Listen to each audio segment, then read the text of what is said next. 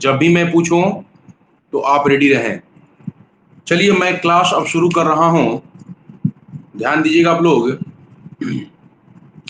हम लोग बाबू कल तक देखा था हमने और प्रकाश का परावर्तन, प्रकाश का अपवर्तन एवं प्रकाश का अवशोषण तीनों मैंने समझा दिया था।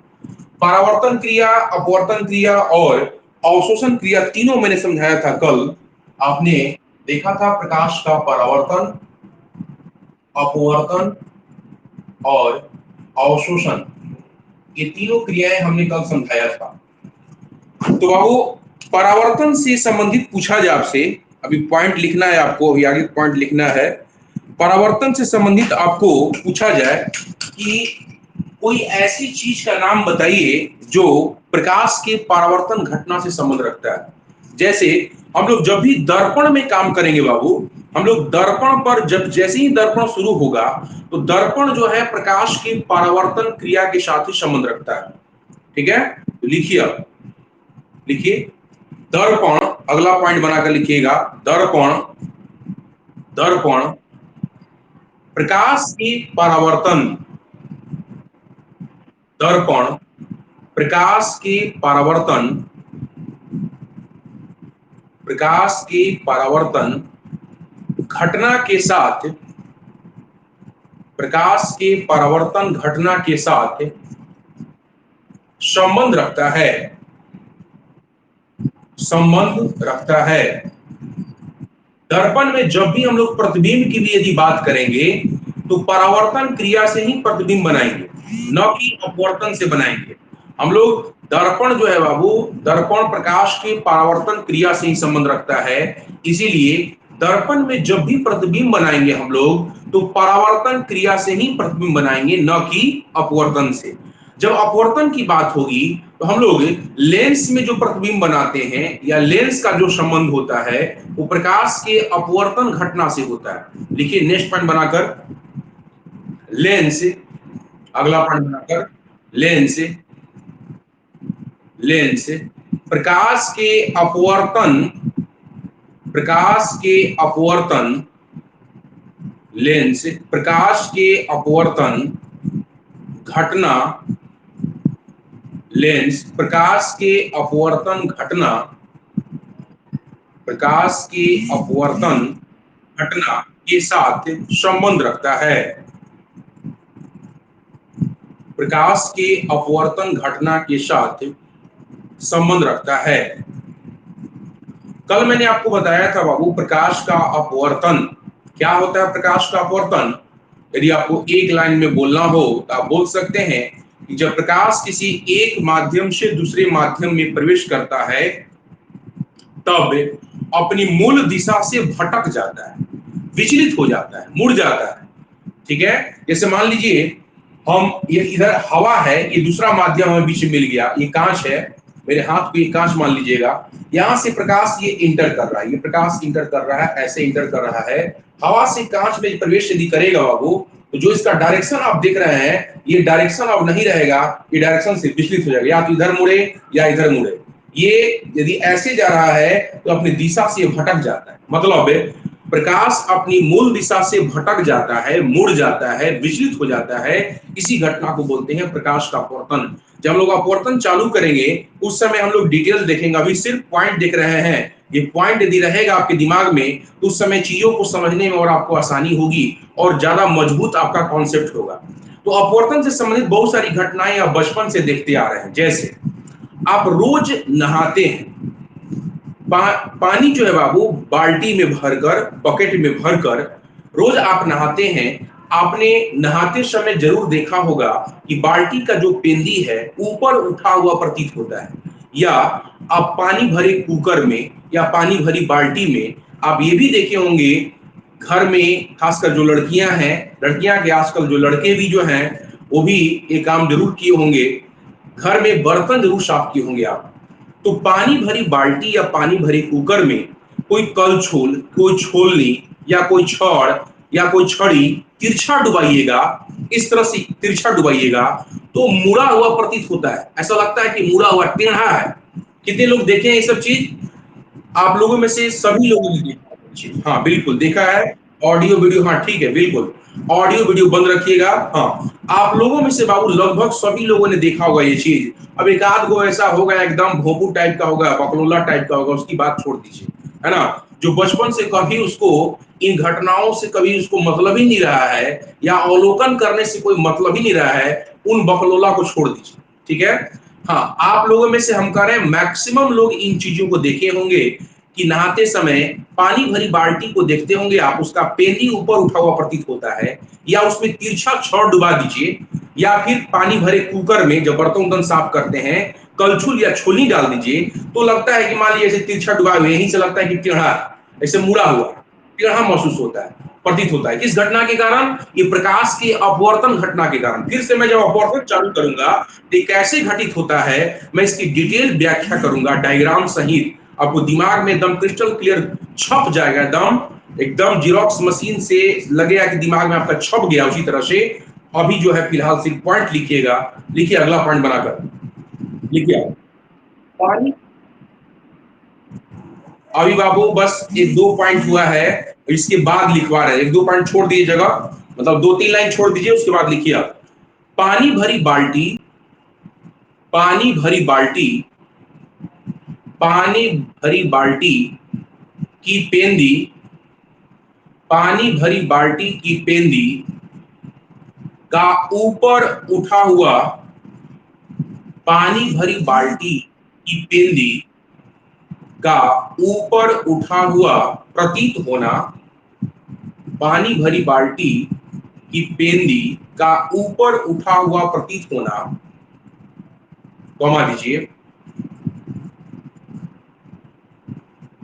प्रतीत होना, कॉमा दीजिए, उसमें, उसमें मतलब पानी भरी बाल्टी में, उसमें तिरछा डुबाया हुआ छड़, तिरछा डुबाया हुआ छड़, तिरछा डुबाया हुआ छड़ का मुड़ा हुआ प्रतीत होना, का मुड़ा हुआ प्रतीत होना, का मुड़ा हुआ प्रतीत होना, इत्यादि इत्यादि इत्यादि प्रकाश के अपवर्तन घटना के साथ, प्रकाश के अपवर्तन घटना के साथ, प्रकाश के अपवर्तन घटना के साथ संबंध रखता है, प्रकाश के अपवर्तन घटना के साथ संबंध रखता है, प्रकाश के अपवर्तन घटना के साथ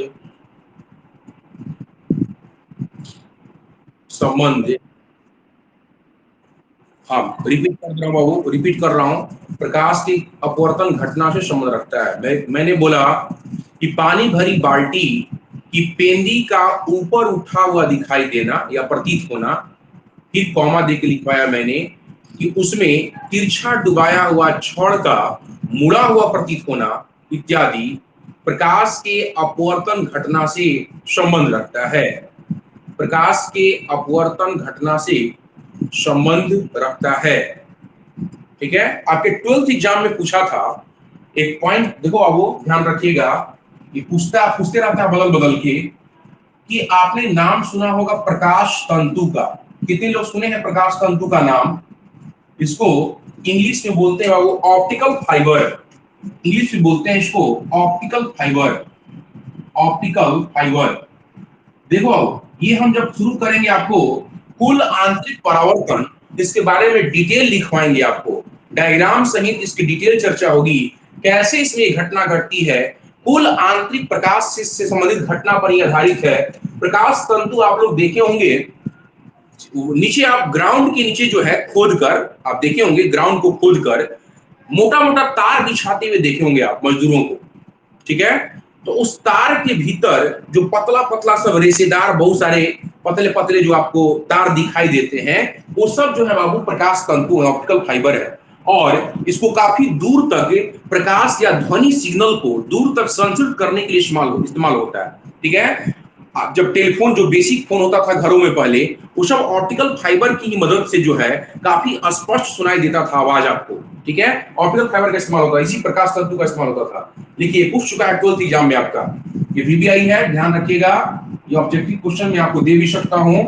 ये आपको 12th एग्जाम में पूछ भी चुका है। लिखिए आप, प्रकाश तंतु, प्रकाश तंतु, प्रकाश तंतु कॉमा दीजिए, ब्रैकेट में लिख सकते हैं ऑप्टिकल फाइबर, इंग्लिश में इसको बोलते हैं ऑप्टिकल फाइबर, इंग्लिश नेम इसका ऑप्टिकल फाइबर, कॉमा दीजिए। हीरे का अत्यधिक चमकीला होना, हीरा जो काफी चमकता है बाबू, उसका कारीगर जो होता है उसको तराशता है इतनी सुंदर तरीके से, इस तरीके से तराशता है, उसमें कुल आंतरिक परावर्तन की घटना घटती है। क्या होता है कुल आंतरिक परावर्तन, अभी आपको वेट करना पड़ेगा। इसी प्रकाश में बहुत इंपॉर्टेंट टॉपिक है और काफी मजेदार टॉपिक है, हम लोग शुरू करेंगे और काफी डायग्राम से आपको स्पष्ट रूप से समझाया जाएगा।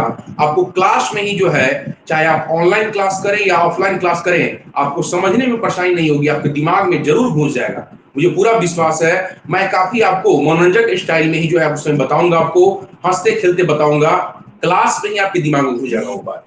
प्रकाश तंतु, देखिए इंग्लिश में इसको ऑप्टिकल फाइबर, कॉमा दीजिए, हीरे का अत्यधिक चमकीला होना, कॉमा देके लिखिएगा, हीरे का अत्यधिक चमकीला होना, इत्यादि इत्यादि इत्यादि, प्रकाश प्रकाश का कुल आंतरिक परावर्तन, प्रकाश के लिखिएगा यहां पर, वर्ड लिखिए, प्रकाश के कुल आंतरिक परावर्तन, कुल आंतरिक परावर्तन घटना के साथ, प्रकाश के कुल आंतरिक परावर्तन, इंग्लिश में इसको बोलते हैं टोटल इंटरनल रिफ्लेक्शन, कुल आंतरिक परावर्तन घटना के साथ, कुल आंतरिक परावर्तन घटना के साथ, कुल आंतरिक परावर्तन घटना के साथ संबंध रखता है, कुल आंतरिक परावर्तन घटना के साथ संबंध रखता है, कुल आंतरिक परावर्तन घटना के साथ संबंध रखता है। क्लियर है बाबू?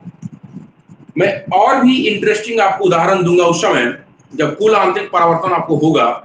जैसे रेगिस्तान में आप जाइएगा बाबू, तो एक घटना घटित होती है मृगमरीचिका। कितने लोग सुने हैं मृगमरीचिका? इस घटना का नाम कितने लोग सुने हैं?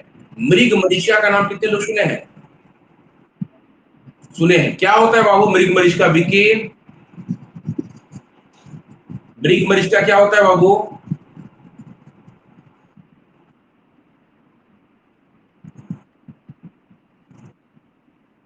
हाँ चलिए, कुछ तो सही बताया, बिल्कुल, वेरी गुड।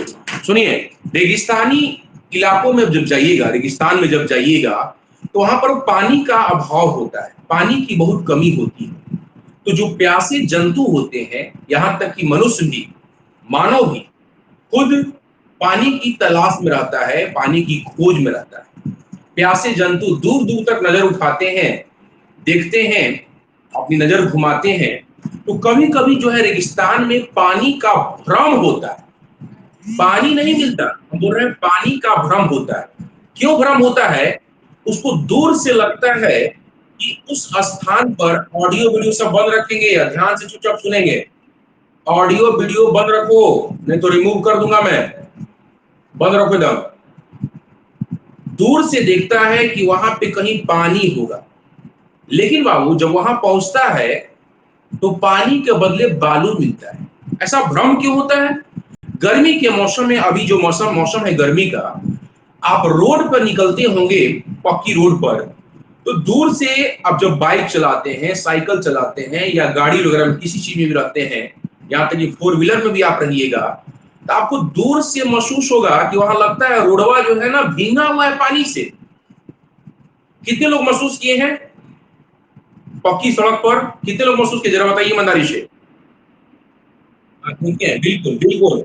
जिन्होंने ये ऑब्जर्व किया है, इसका मतलब वो हमेशा अपने आप को चेतनशील रहते हैं, वो हमेशा देखते रहते हैं, हमेशा प्रकृति को अवलोकन करते रहना चाहिए।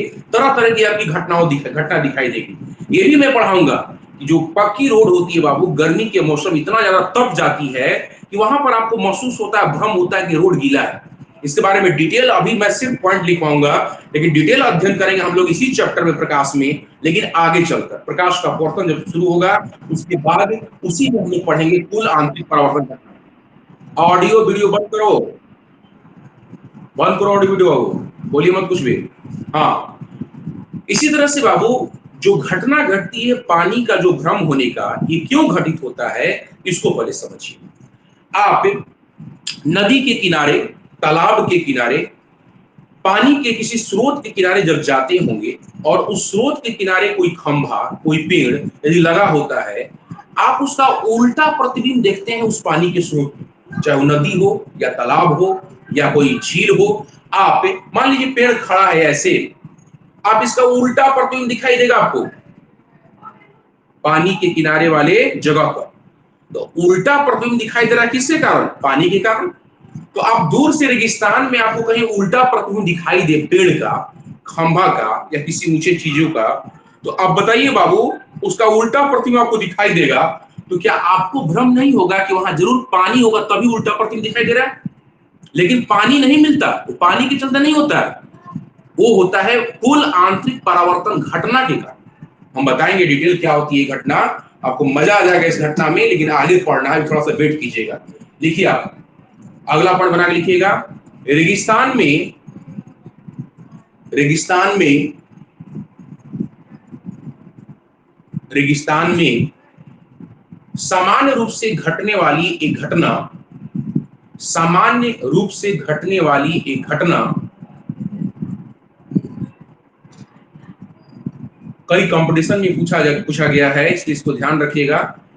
रेगिस्तान में सामान्य रूप से घटने वाली एक घटना मृग मरीचिका, लिख रहा हूं मैं बोर्ड पे, मृग मरीचिका, मृग मरीचिका, कमा दीजिए, मृग मरीचिका कमा दीजिए।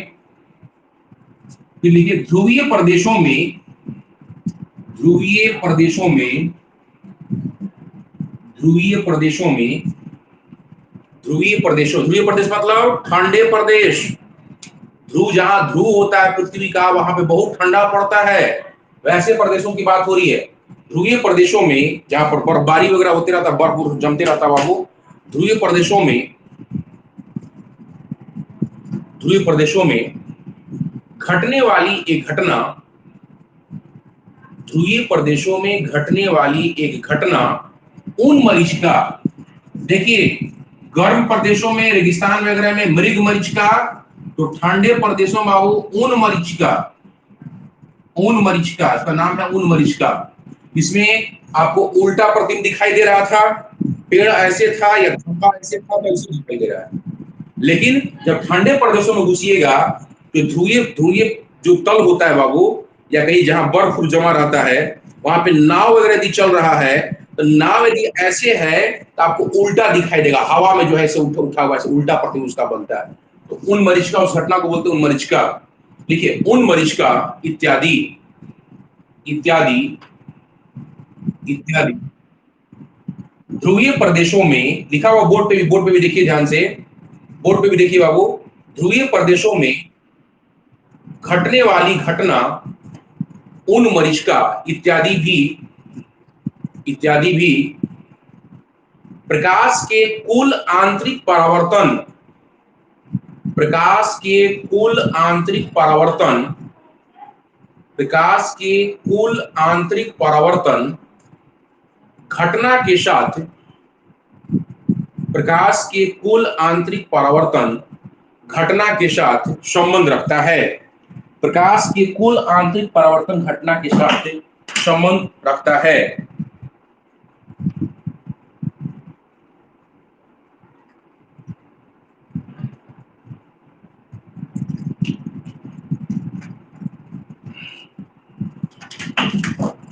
नेक्स्ट लिखिए, अगला पॉइंट बनाओ बाबू। आकाश आपको कैसा दिखाई देता है? नीला। बोलिए कैसा दिखाई देता है बाबू? नीला, नीला, बिल्कुल। उसी तरह से जब सूर्योदय और सूर्यास्त जब होता है, उस समय सूर्य कैसा दिखाई देता है? लाल। सूर्य कैसा दिखाई देता है? लाल दिखाई देता है। आप रेलवे प्लेटफॉर्म पर जाते होंगे तो खतरे का जो सिग्नल होता है, डेंजरस सिग्नल, वो लाल रंग का रखा जाता है। ये सभी जो घटनाएं हैं बाबू, प्रकाश के प्रकीर्णन से संबंध रखता है। प्रकाश का प्रकीर्णन पढ़िएगा, पढ़ना है आप लोगों को 12th में, डिटेल पढ़ना है प्रकाश का प्रकीर्णन। उसी में आप देखिएगा कि प्रकाश का जो प्रकीर्णन है उससे संबंधित बहुत सारी घटनाएं हैं, जैसे आकाश का नीला दिखाई देना, उसी तरह से सूर्योदय और सूर्यास्त के समय सूरज का लाल दिखाई देना। ये सभी घटनाएं जो है बाबू, या रेलवे प्लेटफॉर्म पर जो खतरे के सिग्नल के रूप में लाल रंग का इस्तेमाल किया जाता है, ये सभी घटनाएं प्रकाश के प्रकीर्णन के साथ संबंध रखती हैं। लिखिए आप, आकाश का नीला दिखाई देना, अगला पॉइंट बनाकर, आकाश का नीला दिखाई देना, आकाश का नीला दिखाई देना, कॉमा दीजिए, आकाश का नीला दिखाई देना, कॉमा दीजिए, सूर्योदय एवं सूर्यास्त के समय, सूर्योदय एवं सूर्यास्त के समय, सूर्योदय एवं सूर्यास्त के समय सूरज का लाल दिखाई देना, सूर्योदय एवं सूर्यास्त के समय सूर्य का लाल दिखाई देना, लाल दिखाई देना, लाल दिखाई देना, कॉमा दीजिए, रेलवे प्लेटफॉर्म पर, रेलवे प्लेटफॉर्म पर, रेलवे प्लेटफॉर्म पर लाल रंग को, लाल रंग को, लाल रंग को ब्रैकेट में कर दीजिएगा। लाल रंग का क्या होता है, वो बत्ती लगाया जाता है, वहां पे लाइटिंग लगाया जाता है, ब्रैकेट में कर दीजिए बत्ती को, जो आप बत्ती लगी रहती है लाल रंग का ही होता है, लाल रंग को या बत्ती, ब्रैकेट में कर दीजिए बत्ती को खतरे के, खतरे के सिग्नल के रूप में प्रयोग करना, खतरे के सिग्नल के रूप में प्रयोग करना, इत्यादि इत्यादि इत्यादि प्रकाश के प्रकीर्णन के साथ, इत्यादि प्रकाश के प्रकीर्णन के साथ संबंध रखता है।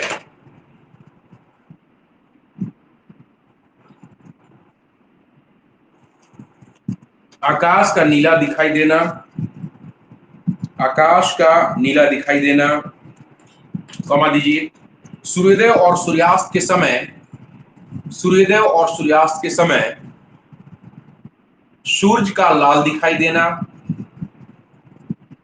कॉमा दीजिए, रेलवे प्लेटफॉर्म पर,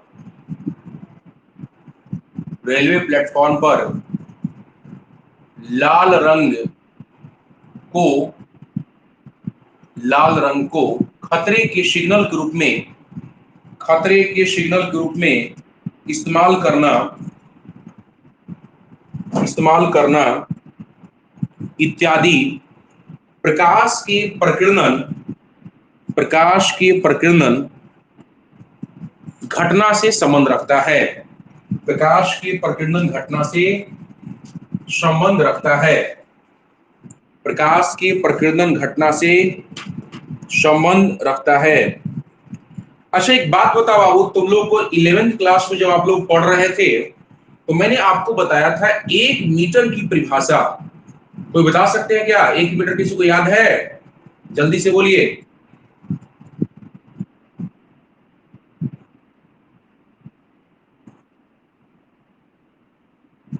फिर से बोलिए वैल्यू।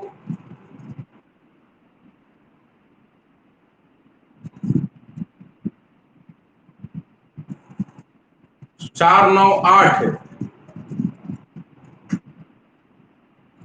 2 9 9 4 9 8, एक चीज छोड़ रहे हैं आप, भूल रहे हैं, बताइए। आप बोलिए, कोई और बोलिए।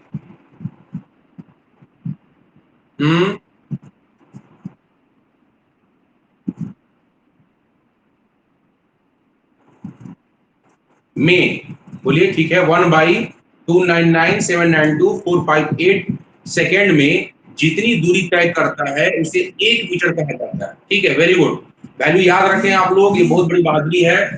सुनिए, हम लोगों ने निर्वात में प्रकाश की चाल लिखा था 3 × 10⁸ मीटर पर सेकेंड, लिखा था ना बाबू?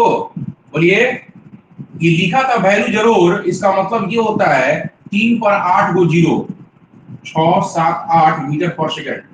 लेकिन एग्जैक्ट जो मान होता है प्रकाश की चाल का एग्जैक्ट मान ये नहीं होता, सही मान निर्वात में प्रकाश की चाल का 299, जो वैल्यू आप याद किए थे 11th क्लास में, 792,458, ठीक है, ये होता है एग्जैक्ट चाल।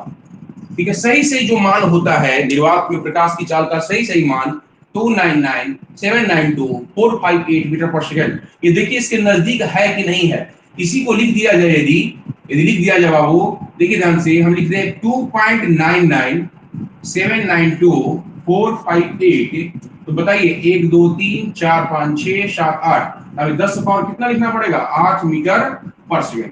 क्या ये 3 के करीब नहीं है? इसको लगभग हम लोग 3 के करीब नहीं मान सकते हैं इसको, अब बाकी जो बच गया 10 पावर 8 मीटर पर सेकंड, लेकिन सही जो मान होता है यही होता है। सही मान याद रखिएगा, प्रकाश की चाल का जो सही मान है निर्वात में वो है 299,792, जो आप 11th क्लास में याद किए थे 1 मीटर की परिभाषा। लिखिए आप, निर्वात में अगला पॉइंट बनाकर, निर्वात में प्रकाश की चाल का, निर्वात में प्रकाश की चाल का सही मान, मतलब एग्जैक्ट मान, एग्जैक्ट वैल्यू, प्रकाश की चाल का सही मान, निर्वात में प्रकाश की चाल का सही मान मतलब एग्जैक्ट मान, एग्जैक्ट वैल्यू, लिख लीजिए इसको 299,792,458 मीटर पर सेकंड, 299,792,458 मीटर पर सेकंड, यही मान होता है एग्जैक्ट मान।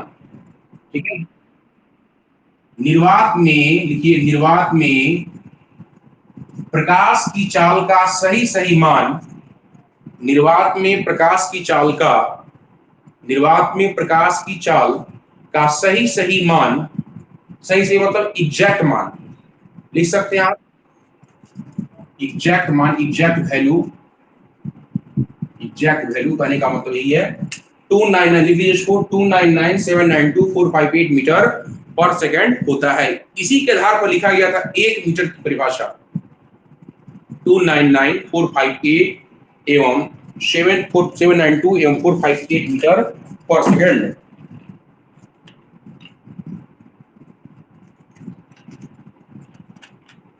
इसके बाद लिखिए नेक्स्ट,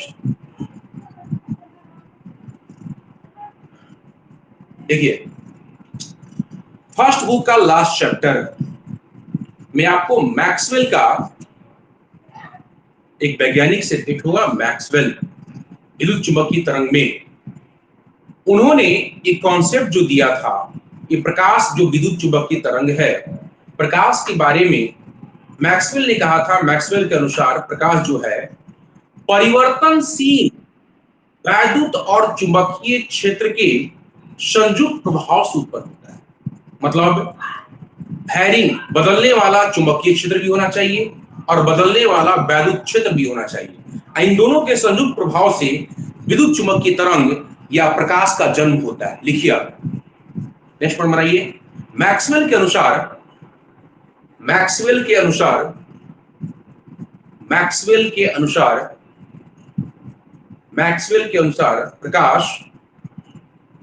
प्रकाश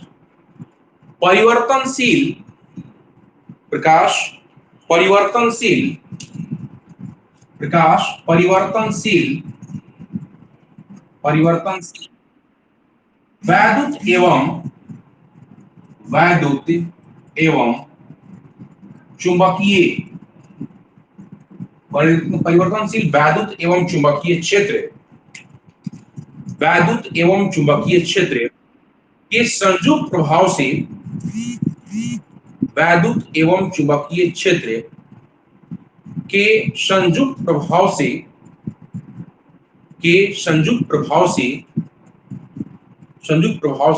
उत्पन्न होता है, संयुक्त प्रभाव से उत्पन्न होता है। परिवर्तनशील वैद्युत एवं चुंबकीय क्षेत्र के संयुक्त प्रभाव से उत्पन्न होता है, संयुक्त प्रभाव से उत्पन्न होता है।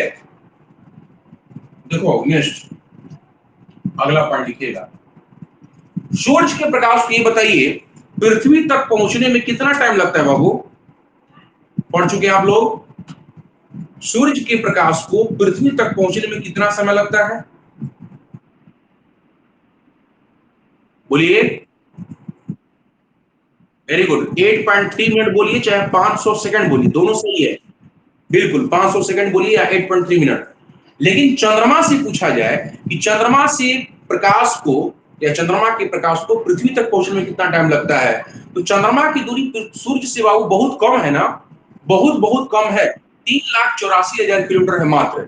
और सूर्य की जो दूरी थी 15 करोड़ किलोमीटर थी, तो टाइम लगेगा ना उसको आने में। तो चंद्रमा की जो है बाबू, चंद्रमा के प्रकाश को पृथ्वी तक पहुंचने में, डायरेक्ट याद रखिएगा, कंपटीशन में पूछे गए हैं, कुछ कभी पूछता यदि कोई कंपटीशन में बाबू, तो याद रखिएगा सर बताए थे 1.25 सेकंड। लिखिए आप, चंद्रमा के प्रकाश करीब इतना ही टाइम लगता है। निकाल भी सकते हैं आप, चंद्रमा की जो दूरी है 3,84,000 किलोमीटर, इसमें आप भाग दीजिएगा प्रकाश की चाल से, उससे आपको निकल जाएगा वैल्यू ये। जैसे हम निकाले थे सूर्य के प्रकाश का निकाले थे, ठीक उस तरह चंद्रमा का निकालिएगा, घर पे निकाल के देखिएगा, लगभग इतना ही आएगा, लगभग। लिखिए चंद्रमा के प्रकाश, चंद्रमा के प्रकाश, चंद्रमा के प्रकाश को पृथ्वी तक पहुंचने में, चंद्रमा के प्रकाश को पृथ्वी तक पहुंचने में,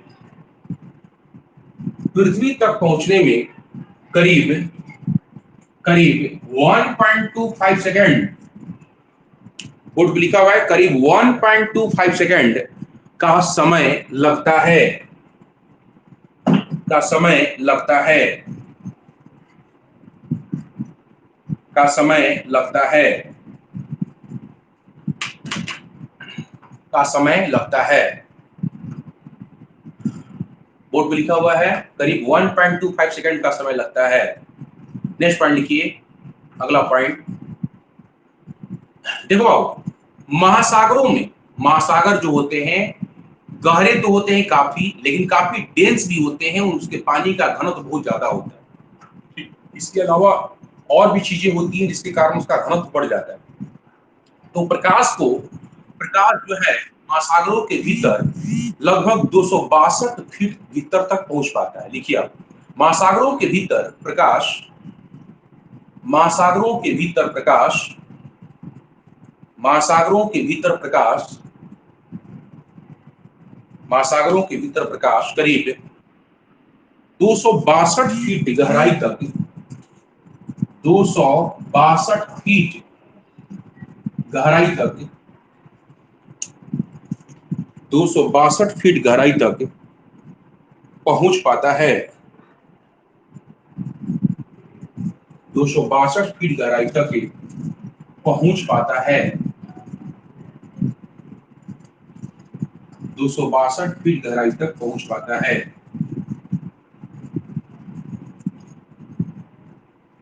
ठीक है, नेक्स्ट पॉइंट, अगला पॉइंट, प्रिज्म आप लोग देखे हैं, जब क्लास खुलेगा आपको तो आपको प्रिज्म वगैरह सब, लेंस वगैरह सब रखे हुए हैं हम, वो सब जब जब जरूरत पड़ेगा वो सब हम दिखाएंगे आप लोगों को। अब कहिए खुलेगा, मेरे हाथ में थोड़े है बाबू। देखिए देखिए, संभवतः 15 मई तक शायद बोला गया है, 15 मई के बाद शायद खुल सकता है, अभी कुछ कहा नहीं जा सकता बाबू। इसीलिए हम लोग क्लास कंटिन्यू रखेंगे, क्लास डिस्टर्ब करने से कोई फायदा नहीं है। तो तब तक जो है बाबू अभी इसी तरह से क्लास करें, नहीं तो फिर 1 महीना मान लीजिए लगातार बंद हो जाए, 2 महीना बंद हो जाए, अब तो सरकार पर डिपेंड करेगा ना किस तरह का नोटिस आ रहा है। सिर्फ वैक्सीन पड़ने से मतलब नहीं है, वैक्सीन का इतना ज्यादा उत्पादन भी नहीं हो रहा है कि मात्र 15 दिनों में 1 मई से स्टार्ट होगा 18 साल से ऊपर वालों को। आप लोग तो 18 साल से नीचे वाले हैं ना, लेकिन आप लोगों को तो नेचुरल वैक्सीन आपके बॉडी में मिला हुआ है, नेचुरल वैक्सीन एंटीबॉडी जिसको बोलते हैं। इसीलिए सरकार पहले उन लोगों पर विचार कर रही है, जैसे पहले बुजुर्गों पर विचार किया गया, बुजुर्ग लोग जो थे उनके अंदर सबसे कम रोग प्रतिरोधक क्षमता होती है, एंटीबॉडीज बहुत कम बनाता है। ठीक है, उनके बॉडी में एंटीबॉडी बहुत कम बनाता है या नहीं, 9 के बराबर बनाता है। इसलिए उनको बचाने के लिए वैक्सीन का मात्र एक ही काम है, आपके बॉडी में एंटीबॉडी तैयार करना। तेजी से एंटीबॉडी जब तैयार होगा तो जो कोरोना वायरस जो आप देख रहे हैं, कोरोना वायरस का सबसे बाहरी जो खोल है, जो आप देखे होंगे ऐसे कांटा टाइप का सब निकला हुआ रहता है, ऐसे देखें आप लोग, ऐसे कांटे टाइप का निकला हुआ रहता है, सब गोल गोल घूमते रहता है, न्यूज में दिखाता है। तो जो बाहर वाला जो लेयर है बाबू, उसको कांटे की तरह जो निकला हुआ उसका नाम है स्पाइक प्रोटीन। तो प्रोटीन का ही बना होता है, उसका नाम है स्पाइक प्रोटीन। और वही सबसे ज्यादा घातक है मनुष्य के लिए। हमारे लिए सबसे ज्यादा खतरनाक वही है। और वही जब हमारे फेफड़े पर अटैक कर रहा है, तो फेफड़े में, आप फेफड़े के लेयर पर रिसेप्टर होते हैं, लंबे लंबे से निकले हुए रिसेप्टर होते हैं। वो डायरेक्ट लेयर लेयर के थ्रू नहीं घुसता, जो प्लेन लेयर होता है फेफड़े का, वहां पे नहीं घुसता, वो रिसेप्टर के थ्रू घुसता है कोरोना वायरस भीतर। और जाकर अंदर में बाबू, राइबोसोम का काम है प्रोटीन का संश्लेषण करना, और प्रोटीन बहुत ज्यादा मात्रा में अंदर संश्लेषित करते रहता है। लेकिन उस प्रोटीन को हटाकर ये कोरोना वायरस जो है खुद अपना जो है ये फोटोकॉपी करवाने लगता है, मतलब अपना संश्लेषण करवाने लगता है। और तुरंत एक भी वायरस यदि प्रवेश करेगा ना, तो तुरंत लाखों करोड़ वायरस तैयार कर देता है अंदर में, फेफड़े के भीतर। और ये क्या करता है, जब लाखों करोड़ वायरस तैयार करता है, तो आपको फिर वहीं से आपको सांस लेने में परेशानी होना शुरू हो जाती है। अंदर में जब प्रवेश करता है ये, तो वही काम कर रहा है, सांस की जो तकलीफ हो रहा है फेफड़े से संबंध रखता है, तो फेफड़े में पहुंचकर तुरंत इसका कॉपी तैयार हो रहा है। ठीक है, चूंकि इसका डिटेक्ट करने के लिए जो है, इसमें हम लोग के अंदर डीएनए होता है, और ये आरएनए से मिलकर बना होता है। ये जितने भी वायरस वगैरह होते हैं सब, ये सब आरएनए होते हैं। मतलब आरएनए का मतलब होता है सिंगल हेलिक्स, और जब डीएनए की बात करते हैं तो उसको बोलते हैं डबल हेलिक्स। डबल हेलिक्स होता है। तो वो जो है तुरंत कॉपी तैयार करने में जो है माहिर है कोरोना वायरस, और इस वजह से जो है और ज्यादा हमारे लिए खतरनाक हो जाता है। खैर छोड़िए, उसकी बात विषांतर ना हो जाए हम लोग। अब देखिए यहाँ पर हम लोगों ने कहा कि 262 फीट तक जो है ये उस गहराई तक पहुंच पाता है। अगला पॉइंट जो है सुनिए, प्रिज्म के बारे में बोल रहा था। प्रिज्म से जब श्वेत प्रकाश हम लोग गुजारते हैं, कोई प्रिज्म है हमारा, इससे जब श्वेत प्रकाश गुजारते हैं बाबू, तो प्रिज्म से जब श्वेत प्रकाश गुजरता है तो 7 अलग अलग रंगों में विभक्त होता है। तो विभक्त होने की जो घटना है, इसको बोलते हैं वर्ण विक्षेपण। वर्ण मतलब होता है रंग, और विक्षेपण का मतलब होता है अलग अलग बढ़ जाना, विभक्त हो जाना। ठीक है, और जो 7 रंगों की खूबसूरत पट्टी प्राप्त होती है, उसका नाम है स्पेक्ट्रम। उसका क्या नाम है? स्पेक्ट्रम नाम है, या उसको वर्णपट भी कहा जाता है। देखिए अगला पॉइंट, जब श्वेत प्रकाश, अगला पॉइंट, जब श्वेत प्रकाश जब श्वेत प्रकाश किसी प्रिज्म से गुजरता है, तब इसे तब इसे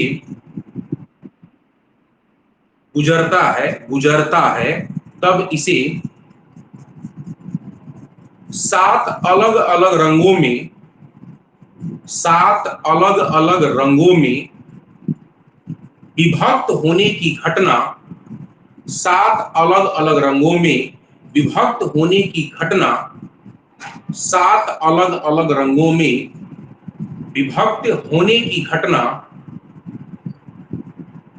विभक्त होने की घटना, 7 अलग अलग रंगों में विभक्त होने की घटना वर्ण विक्षेपण, वर्ण विक्षेपण, वर्ण विक्षेपण, वर्ण विक्षेपण एवं एवं एवं उन 7 रंगों की खूबसूरत पट्टी को, उन 7 रंगों की खूबसूरत पट्टी को वर्णपट, या इसी को बोलते हैं स्पेक्ट्रम। वर्णपट इंग्लिश में बोलते हैं स्पेक्ट्रम। वर्णपट, वर्णपट, बोलिए, अब बोला जाए क्या बाबू? अच्छा, फिर से बोल दे रहे हैं। जब श्वेत प्रकाश किसी प्रिज्म से गुजरता है, जब श्वेत प्रकाश किसी प्रिज्म से गुजरता है, तब इसे 7 अलग अलग रंगों में विभक्त होने की घटना, विभक्त होने की घटना वर्ण विक्षेपण, वर्ण विक्षेपण, वर्ण विक्षेपण एवं एवं एवं 7 रंगों की, एवं 7 रंगों की खूबसूरत पट्टी को वर्न पॉट, इसी को इंग्लिश में बोलते हैं स्पेक्ट्रम। वर्न पॉट, इसके बारे में पढ़ना है डिटेल आगे आपको, प्रीमिशिया अपवर्तन टॉपिक पढ़ना है लाइट में ही। हम लोग अभी बस खाली पॉइंट देख रहे हैं बाबू, उस समय आपको धड़ाधड़ दिमाग काम करेगा कि सर ये सब तो पॉइंट बता दिए हैं, बेसिक पॉइंट में सब लिखवा चुके हैं आपको लाइट में ही, इसलिए सब पॉइंट के बार रिवीजन जरूर कर लीजिए। जैसे आवेश आप लोगों ने पढ़ा था ठीक उसी तरह से इसको भी पढ़ लीजिएगा आप लोग। वर्न पॉट या स्पेक्ट्रम कहते हैं, वर्न पॉट ब्रैकेट में लिखे आप लोग, स्पेक्ट्रम कहते हैं, वर्न पॉट स्पेक्ट्रम कहते हैं। सुनिए नेक्स्ट लो बाबू, देखिए सूर्य जो है बाबू काफी गर्म होता है।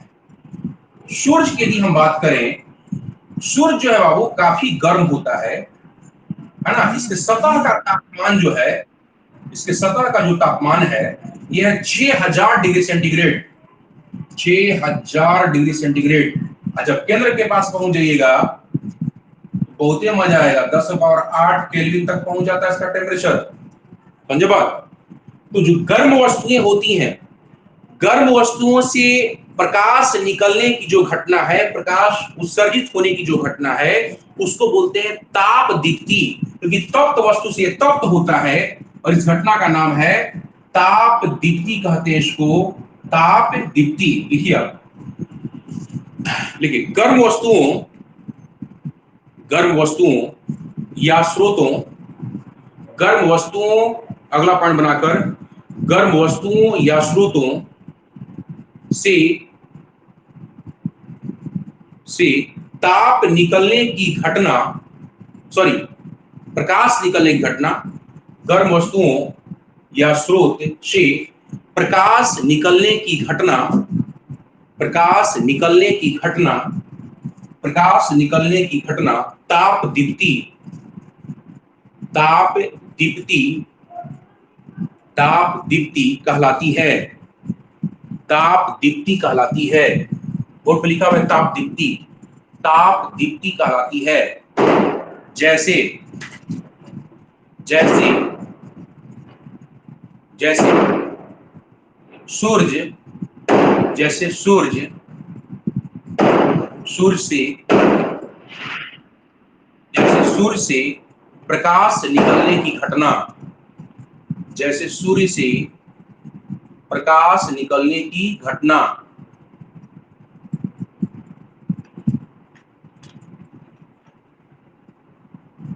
प्रकाश निकलने की घटना,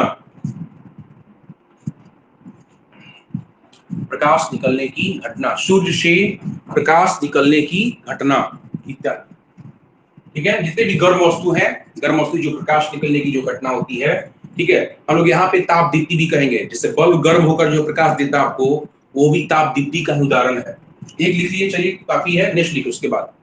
अब ठंडी वस्तुएं भी होती हैं ऐसी, कुछ वस्तुएं ऐसी भी होती है जो ठंडी है और ठंडी अवस्था में प्रकाश निकालती है। बताइए एग्जाम्पल, एग्जाम्पल बताइए बाबू।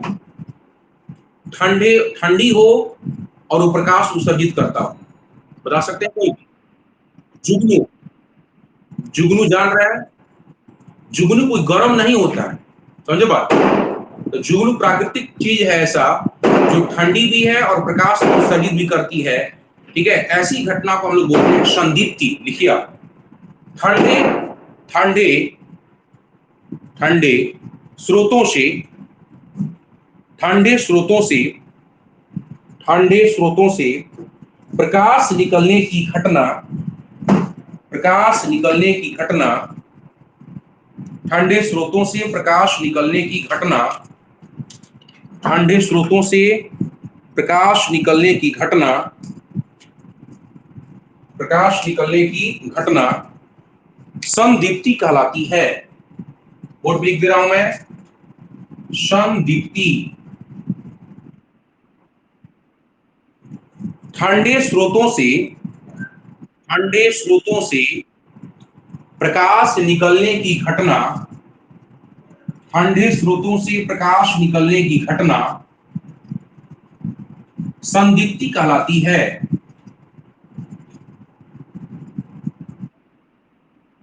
बोर्ड पे लिखा हुआ देखिए, ठंडे स्रोतों से प्रकाश निकलने की घटना संदीप्ति कहलाती है।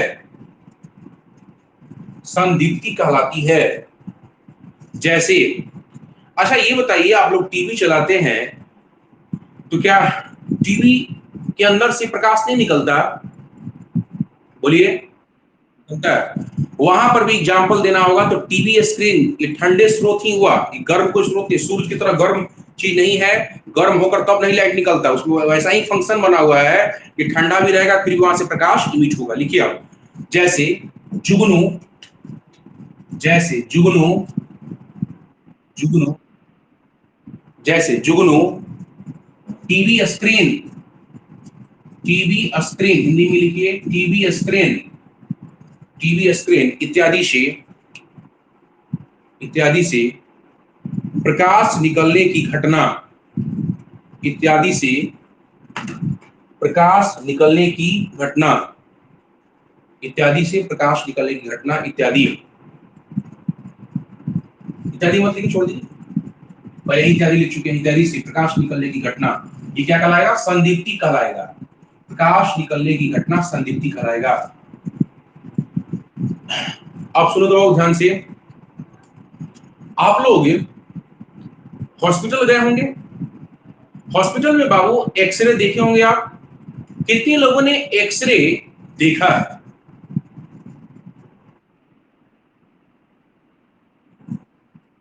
अच्छा, एक्सरे देखे हैं सब लोग? बोलो बाबू।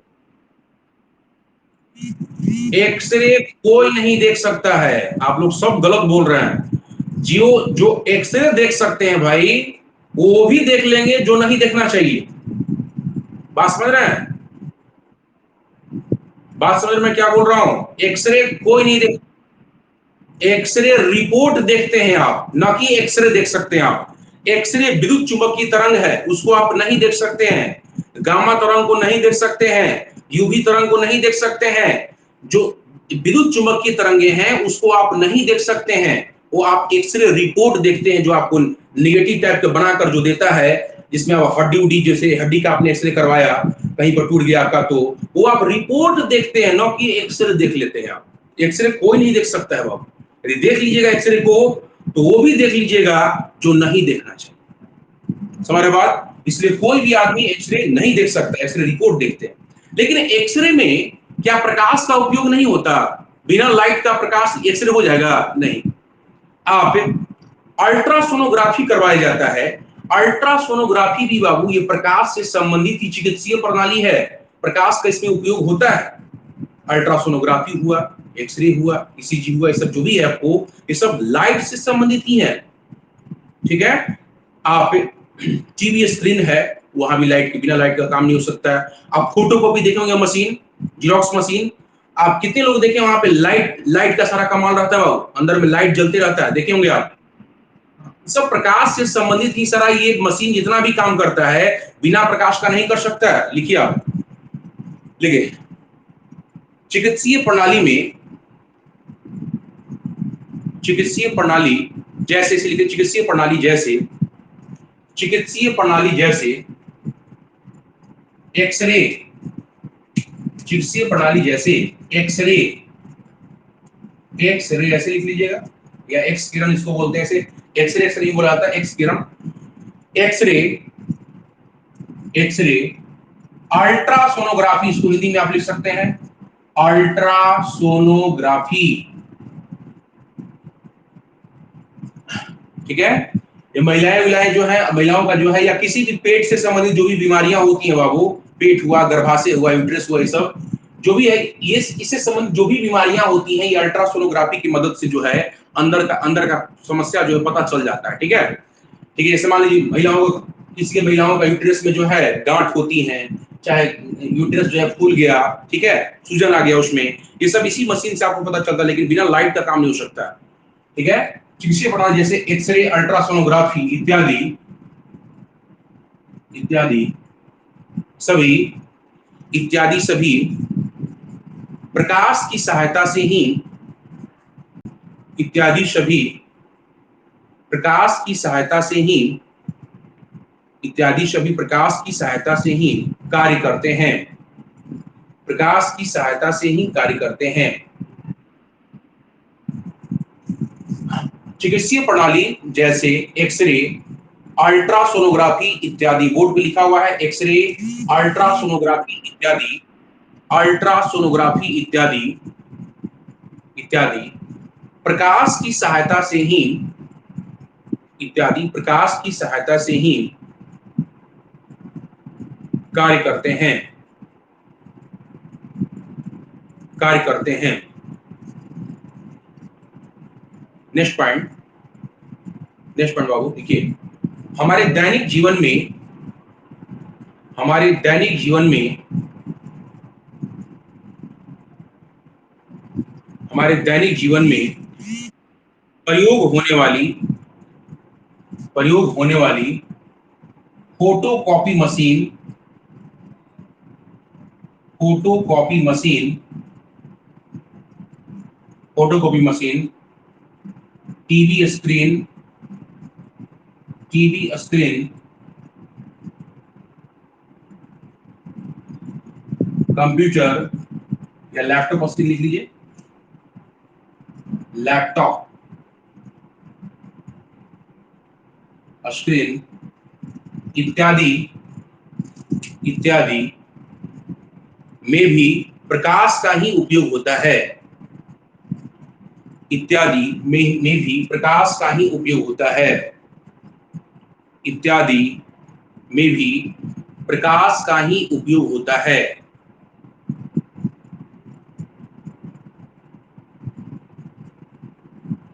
ठीक है, यहां तक ये बताओ बाबू, आप लोग बायोलॉजी के जो विद्यार्थी होंगे जानते होंगे कि प्रकाश संश्लेषण की जो क्रिया है बाबू, उसमें पौधे बिना प्रकाश का ये क्रिया नहीं कर सकते, उसका नाम ही है प्रकाश संश्लेषण, और इसी क्रिया से भोजन बनता है। और इसी क्रिया के कारण समझिए कि पूरा जीव जगत है, पूरा वर्ल्ड जो चल रहा है बाबू, वो प्रकाश संश्लेषण क्रिया के द्वारा चल रहा है। यदि पौधे नहीं रहेंगे तो हम भी नहीं रहेंगे, बिना पौधों का हमारा अस्तित्व नहीं हो सकता, पेड़ पौधों का बिना हम लोग नहीं जीवित रह सकते हैं। लिखिए आप, देखिए प्रकाश संश्लेषण, प्रकाश संश्लेषण क्रिया में, प्रकाश संश्लेषण क्रिया में, प्रकाश संश्लेषण क्रिया में, क्रिया में पौधे, पौधे प्रकाश का उपयोग करके ही, प्रकाश का उपयोग करके ही अपना, अपना भोजन तैयार करते हैं, अपना भोजन तैयार करते हैं, अपना भोजन तैयार करते हैं, अपना भोजन तैयार करते हैं। देख लिया आप लोग प्रकाश का कितना उपयोग है, कहां नहीं छाया हुआ प्रकाश आपको। ठीक है, बहुत इसका क्लोज संबंध है, और 12th एग्जाम में बाबू इसका जो है बहुत सारा क्वेश्चन जो है लाइट से ही पूछे जाते हैं।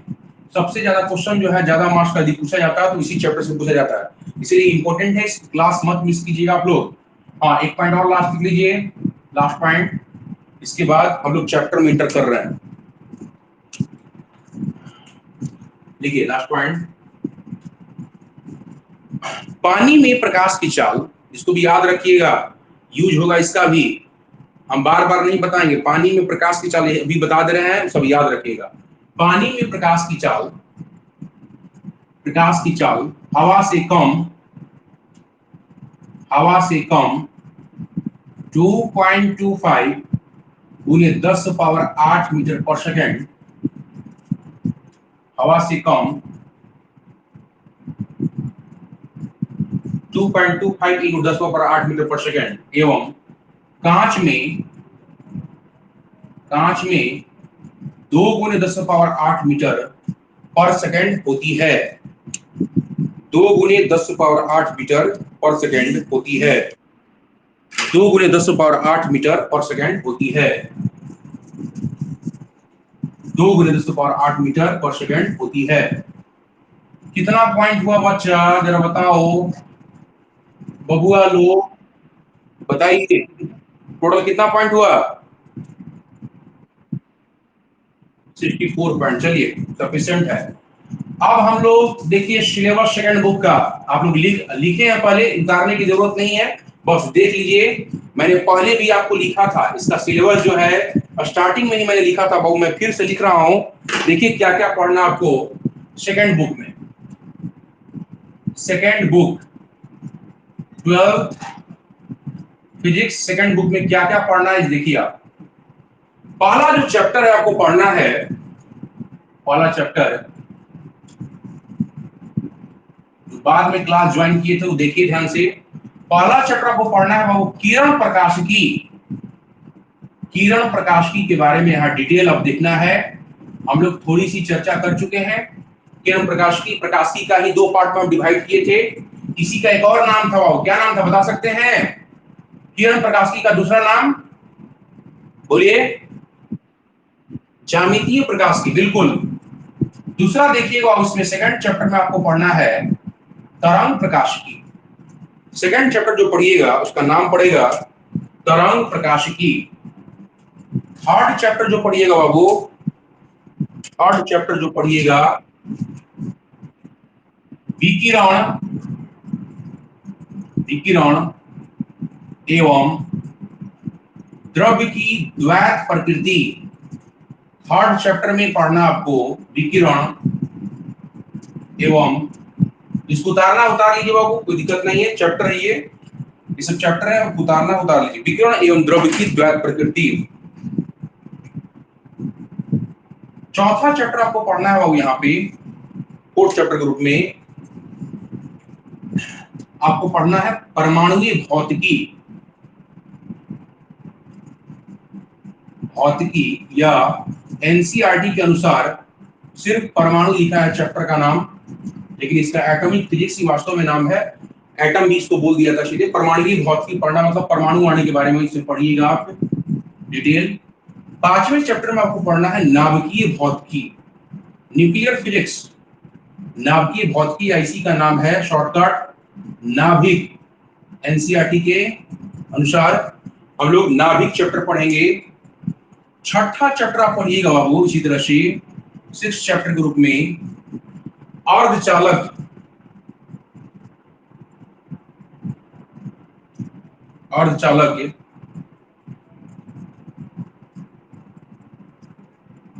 युक्तियां एवं सरल परिपथ।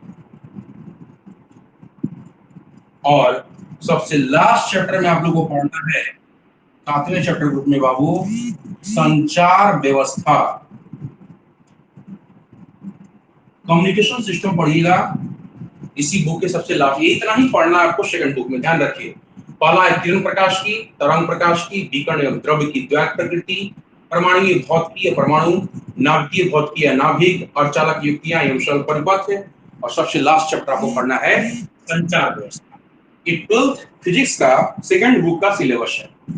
फर्स्ट ये लिखे थे हम स्टार्टिंग में, ऐसे लिखे थे, ऐसे आप लिख लीजिए, इनको लिखना है। अब हम लोग किरण प्रकाश की जो है स्टार्ट करेंगे। ये सिलेबस है, जिसको नोट करना है नोट कर लीजिए, नहीं तो फिर मिटा रहे हैं।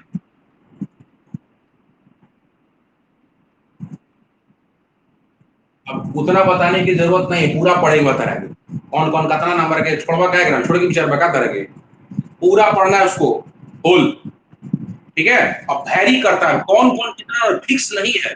अब हम किरण प्रकाश की में कभी दे दिया, मान लीजिए इसमें दे दिया आपको 4 नंबर का, 5 नंबर का दे दिया, कभी कभी 7 नंबर का भी दे देता है, ठीक है। तरंग प्रकाश की में हो सकता है कभी कम कम नंबर का देता है, 3 नंबर का दे दिया, कुछ एगो ऑब्जेक्टिव में दे दिया या दो ऑब्जेक्टिव में दे दिया और एगो 2 नंबरिया में दे दिया, ठीक है, बदल बदल के। कभी ये देता है 7 नंबर का तो ये 5 नंबर का, वैरी करता है, कोई फिक्स नहीं है कि ओकरा में सर कौन कौन कितना नंबर का। तो हमको पता है क्या पहले से कि किसमें कितना नंबर का क्वेश्चन सेट किया जाएगा, फिक्स नहीं है इसका, पहले ध्यान से सुन लीजिए। किसी का फिक्स है। पहला चैप्टर नाम है किरण प्रकाश की, पांचवा है नाभिकीय भौतिकी, पांचवा है नाभिकीय भौतिकी, 5 है नाभिकीय भौतिकी। वैरी करता है बाबू, किसी का फिक्स नहीं है, इसलिए पूरा पढ़ना आपको, छोड़ना नहीं है। ये मत समझिए कि एकरा पे ज्यादा ध्यान देना, एकरा पे कम ध्यान देना है, ऐसा नहीं है। सब पर ध्यान देना आपको, कोई लापरवाही मत दिखाइएगा। सब वैरी करते रहता है, नंबर नंबर फिक्स नहीं है किसी के लिए।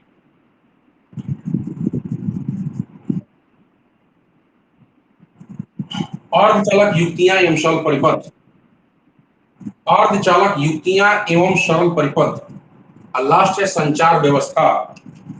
लास्ट है आपको संचार व्यवस्था।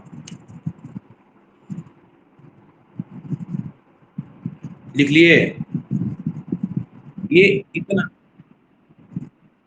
हाँ, उतार लिए, रुकिए अभी। अब हम लोग देखेंगे आपको, सुनिए, अब हम लोग देखेंगे पहला चैप्टर बिटा इसको।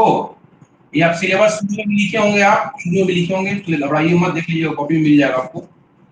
अब हम लोग देखेंगे और उसके बाद किरण प्रकाश, किरण प्रकाश की में क्या क्या पढ़ना है।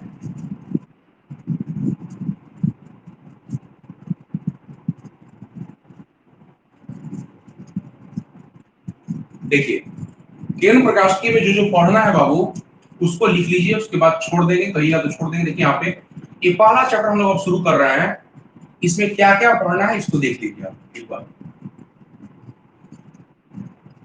पहला जो है बाबू टॉपिक इसमें पढ़िएगा, सबसे पहले टॉपिक गोलीय पृष्ठों से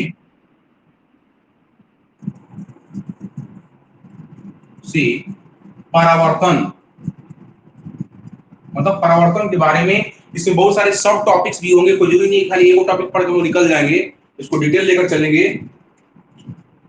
इसके बाद आप पढ़िएगा बाबू अपवर्तन, अपवर्तन। इसके बाद आपको मिलेगा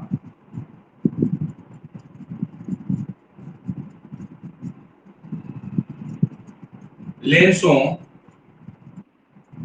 से अपवर्तन, ठीक है।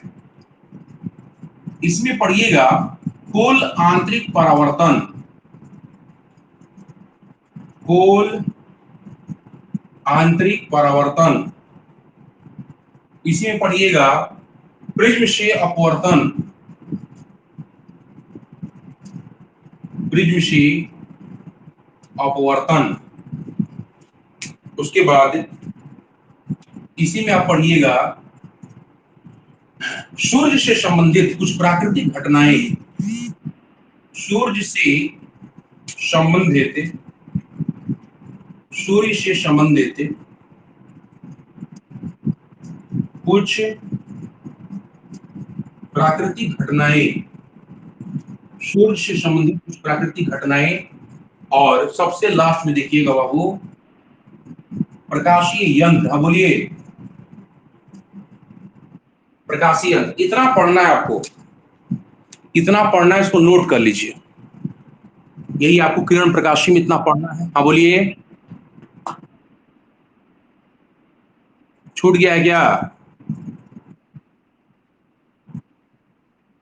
ठीक है बाबू, ठीक है। शिवम जुड़े हैं बाबू, शिवम, शिवम, आंचल,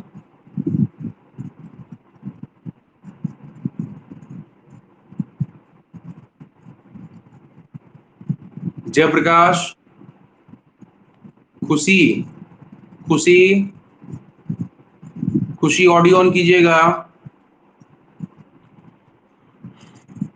खुशी। आज आप फोटो खींचकर, पेन नंबर खींचकर फोटो आप ग्रुप में भेज दीजिएगा, व्हाट्सएप ग्रुप में।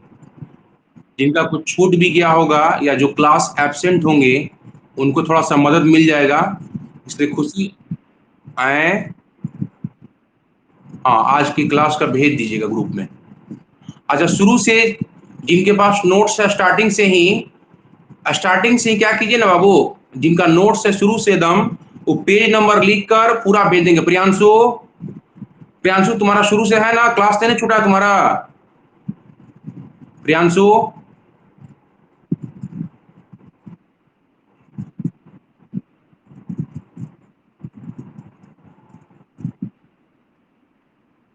ठीक है, इसको हम अलग से छोड़, खुशी छोड़ देगी। और प्रियांशु को बोल रहा हूं मैं कि आप शुरू से पेज नंबर लिखकर पूरा होल भेज दीजिएगा स्टार्टिंग से। जिनका शुरू से भी छूटा होगा वो भी देख लेंगे।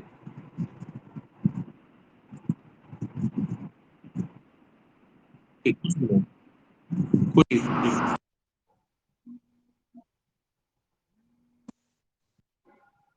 खुश खुश रही बाबू, खुश रहिए। खुश रहिए। खुश रहिए, सब लोग खुश रहिए बाबू। सब लोग खुश रहें। खुश रहिए बाबू।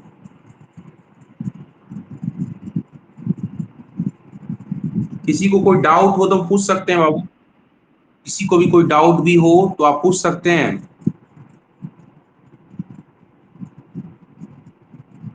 शिवम जुड़े हुए थे आप? अमृता। चलिए, आप लोग अब इंग्लिश मीडियम में क्लास शुरू कर रहा हूं मैं। अ, आप लोग का खुश रहे बाबू, खुश। शिवम आप भेज दीजिएगा बाबू।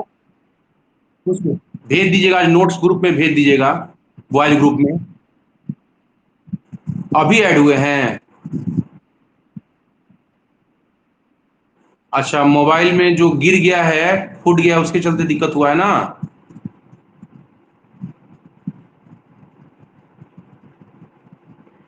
चलिए, हम लोग इंग्लिश मीडियम वाले बताएंगे। इंग्लिश मीडियम आप शिवम बाद में बात कर लीजिएगा बाबू, क्लास के बाद बात कर लीजिएगा। एक मिनट इसमें